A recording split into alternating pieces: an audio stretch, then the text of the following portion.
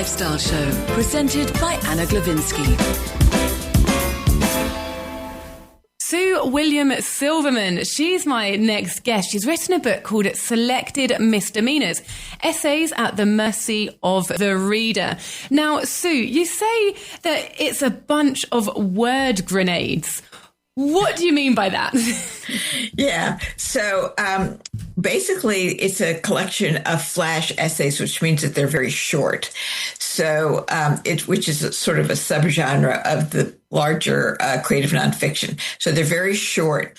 And to have a very short essay like that means you really have to pack a punch in a very quick moment of time. So it's sort of, I think there's 71 essays in the book. So it's sort of like one after the other that's sort of being thrown at you. And so it's really the shortness kind of speaks to the intensity of the moment. And when you say short, how short are we talking? What's the shortest? What's the longest? So the shortest is actually about a paragraph, so it doesn't even take up a whole page in the book. There are a couple of longer ones, maybe about 6 or 7 pages, but I would say the average is about 3, 4, 5 pages in there. And each one, as you say, has to pack a punch. But what is the overarching theme here? What is the selected misdemeanors that you're really trying to carry throughout the book? Right. So let me first reassure everybody that they're not legal crimes. I've never been in jail or served jail time. It's not like that. But more, they're sort of emotional misdemeanors, miscalculations of love with sort of inappropriate, emotionally dangerous men, things like that. So transgressions, betrayals, really a lot has to do with, as I say, inappropriate relationships with emotionally dangerous men. But in addition, just things that I've done on my own, like there's one essay about a time when I was living in Galveston, Texas, and I was in this, which is on the Gulf Coast, so it's a lot of very seedy sort of bars, and I was there alone and getting drunk by myself, which is, not a cool thing to do, but I was very young then, didn't know better, and sort of in this drunk state, I decided, I think I'll get a divorce. So things like that, I was kind of like out of control a bit growing up. And another time I was kind of really sort of lost, I guess I would say emotionally lost. And my boyfriend had gone, this was during the Vietnam War, my boyfriend had gone off to boot camp. And he didn't really love me, though, I felt. And so I had an affair with his roommate. And in the middle of all that, the misdemeanor on the cover of the book is a goldfish that's belly up, dead goldfish. And so to sort of make myself feel better, I had an affair with his roommate. I got this goldfish, and then the roommate broke up with me. I forgot to feed the goldfish. The goldfish died. So sort of like weird kind of misdemeanors like that I was so distraught that I killed my goldfish. And it's funny because writing these essays sort of brings the moment back. And so at the time, I think I was sort of disconnected and didn't really feel anything for the goldfish. Now I started feeling sad for this. This is like decades ago. And I started feeling sad for this poor little goldfish. But, another time I was in this locked sort of psych unit. Now, mind you, I don't think I really belonged there, but it was just, I was having a really bad day and I thought maybe I should go. So it was a locked unit, but somebody left the door unlocked and I just left. I just walked out. So, this just odd kind of moments in time. But when you think about it, we have this big canvas of a life. And mostly, like my first 2 books were, long memoirs about a long narrative. But when you think about it, most of our lives really are sort of these short moments in between these sort of big events. We get married or we get divorced, we have children, and those are big events. But most of the time of our lives really are shorter moments. And, sort of either they're small moments of beauty or kind of miniature forms of betrayal. And that also is what the book kind of focuses on, is like what happens between these sort of large events in our lives. And to pick out these stories, chicken and egg question, did you feel that you were just having all these flashbacks of memories and you had to put them down in a book?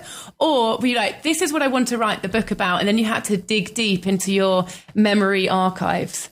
It's more the second. I mean, the thing is, so I'd written 2 long full-length memoirs, and then I wrote 2 books that are sort of memoir and essay form. So the essays were long.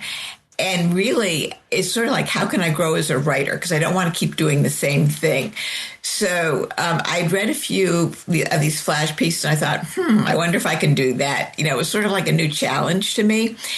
So I started with a few, and I was really kind of liking it. First of all, sort of the immediate gratification. You don't have to spend, like 5 years on, one book. So, each one is short, so you get to finish it sooner.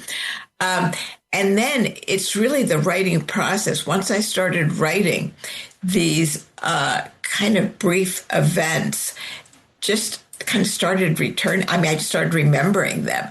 Like, like something that I would never have thought, well, there's nothing there, like a dead goldfish, really.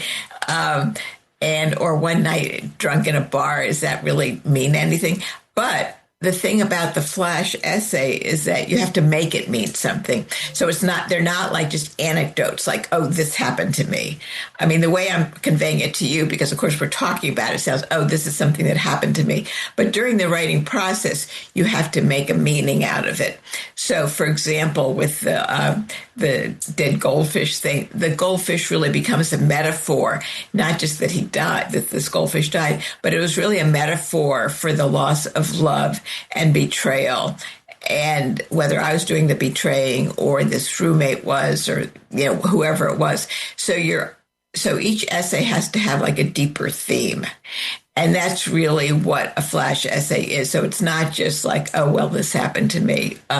So that's what makes the writing interesting, because it's sort of like you're a kind of detective searching for an inner meaning of what something meant.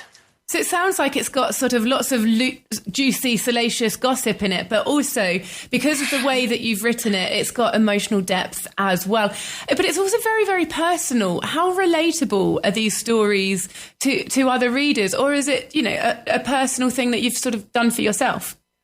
No, absolutely. I initially write for myself, but it's absolutely meant for a larger audience, for anybody because that's what the theme means. So it's like, even though you personally say have never, had a boyfriend go off to the military and had an affair with his roommate and killed a goldfish, the underlying theme of loss should relate to anybody, because if you have ever experienced a loss in your life, then you would be able to relate to it. So that's why it's important to not just tell the surface story, but to dig deeper and discover a theme, because that's what people relate to in any form of creative nonfiction. It's not necessarily, you might relate to one of the stories, but you don't have to have, because what you would relate to is this more general theme, of loss, betrayal, love,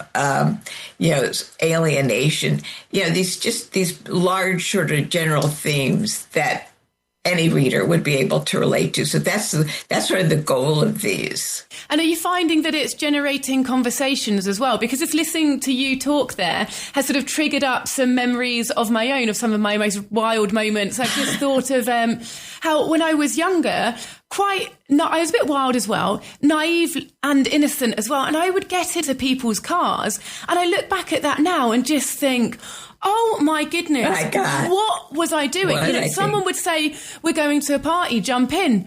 And I did. And thank goodness everything worked out fine. Yeah, right. But nowadays, I would not do that. I would not recommend that for my teenage daughter, for example. It's terrible decision making. No, I know. Because I used to hitchhike. Oh my goodness! I still pick up hitchhikers, to be fair. But that's exactly it, isn't it? I've listened to you talking. It's triggered a little thought about something that happened in my life. Have you found this happening now with interviews that you're doing, people that are reading your books, sort of other people's stories popping up? Absolutely. I mean, and that is sort of the goal. I mean, that's sort of like the beauty of writing creative nonfiction, whether it's long form or these flash essays, is connecting with other readers because we're writing the human condition. Like, sort of an overall theme of the book is that I, as narrator, what I want is like a home, safety, comfort. That's what I want.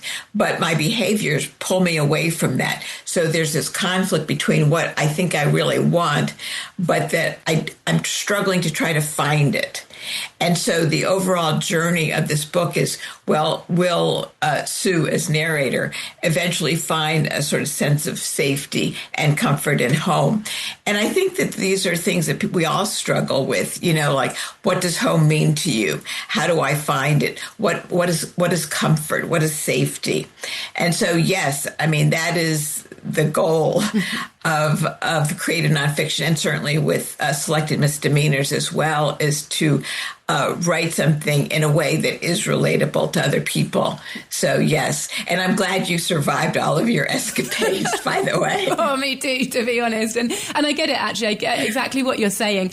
And oh my God, my question just went out of my head. I was so absorbed in what you were talking about that I've got totally dragged away with it. This is awkward because I've literally just lost my train of thought.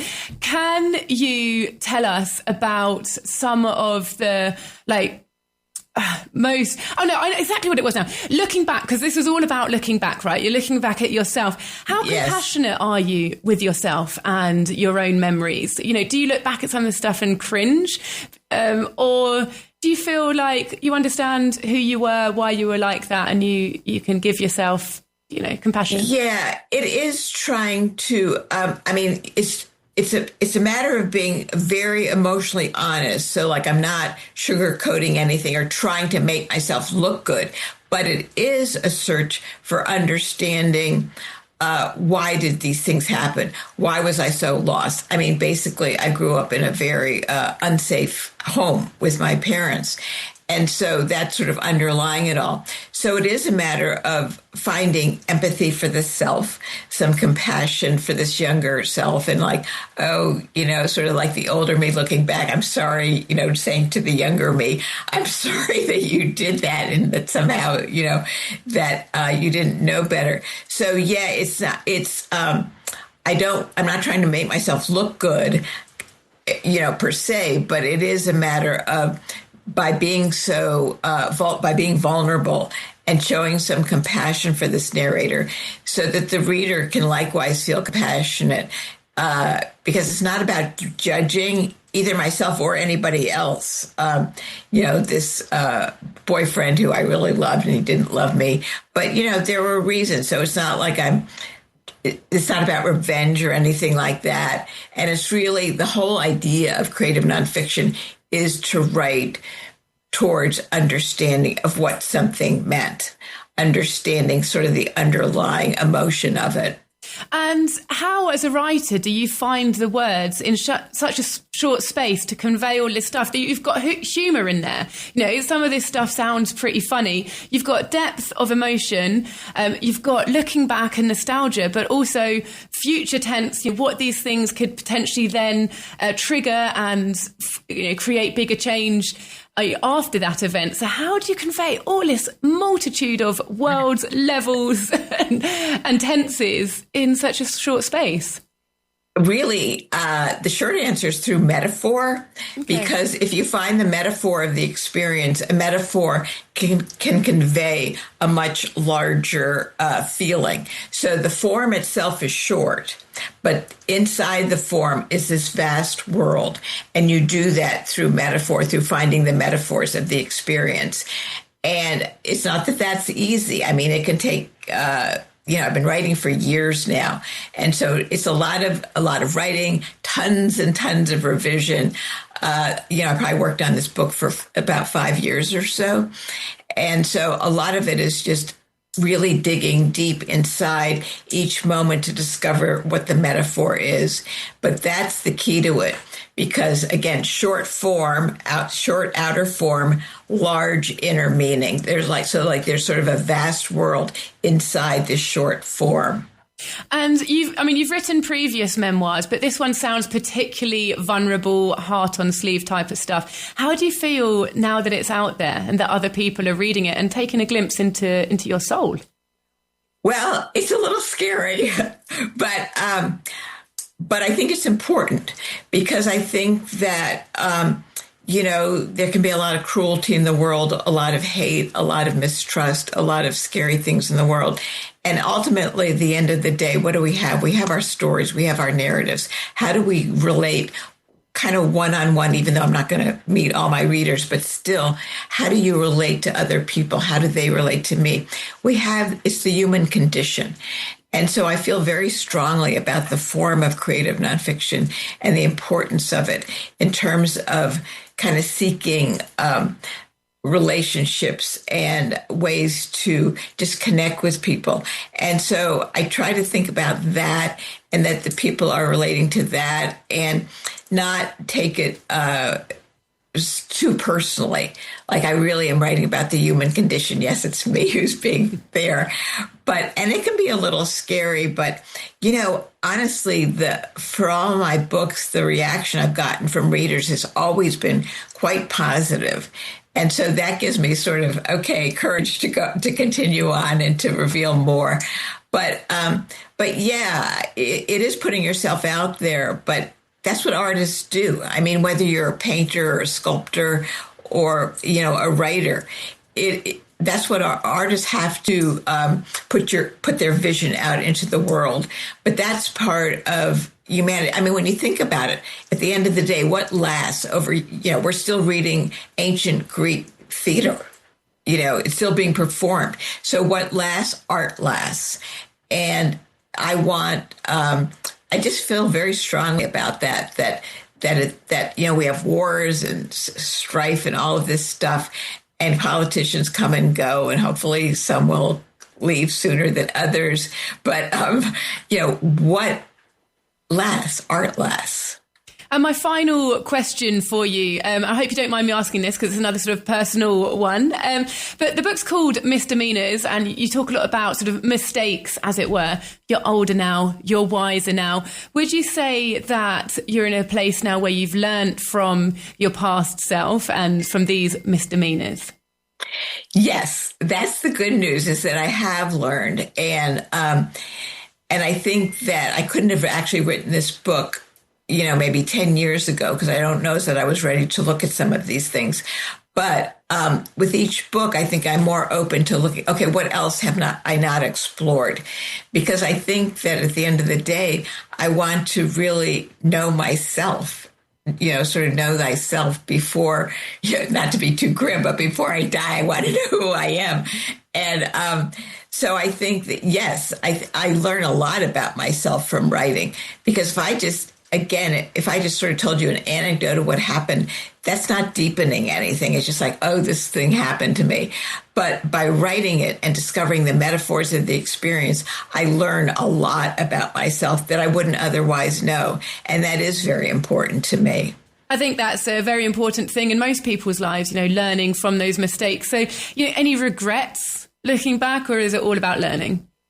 It's, I can feel sad about some things looking back, but I can't really regret it because I know at the time I did the best that I could. And so you have to give yourself, sort of a break there, and not, so I do feel some sadness about some things. I said, I could have done that better. But really, ultimately, it's just at the time, I know that I did the best that I could. Absolutely. Well, Sue, it's been absolutely fantastic speaking to you. Thank you for your time this afternoon. The book is called Selected Misdemeanors, Essays at the Mercy of the Reader. You can find it on Amazon or on the Talk Radio Europe bookshop. Sue, goodbye. Goodbye. Thank you so much.